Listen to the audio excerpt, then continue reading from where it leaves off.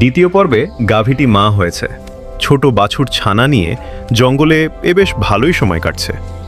প্রথম পর্বের সেই দুষ্টু শিকারী চোখ পড়েছে এখন গাভীটির দিকে। দুষ্টু শিকারীরা এখন এই গাভীটির জন্য ফাঁদ পেতেছে।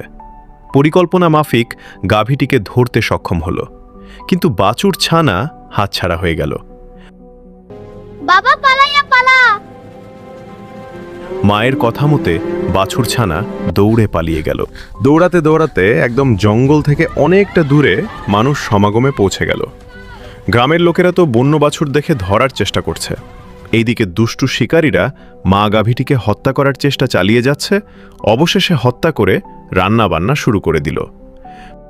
বাঘ গাভী আর বাছুরকে খুঁজে না পেয়ে পুরো জঙ্গল মাতিয়ে ফেলছে। এইদিকে বাছুর ধরা পড়ে গেছে এবং তাকে বাসায় নিয়ে চলে গেল।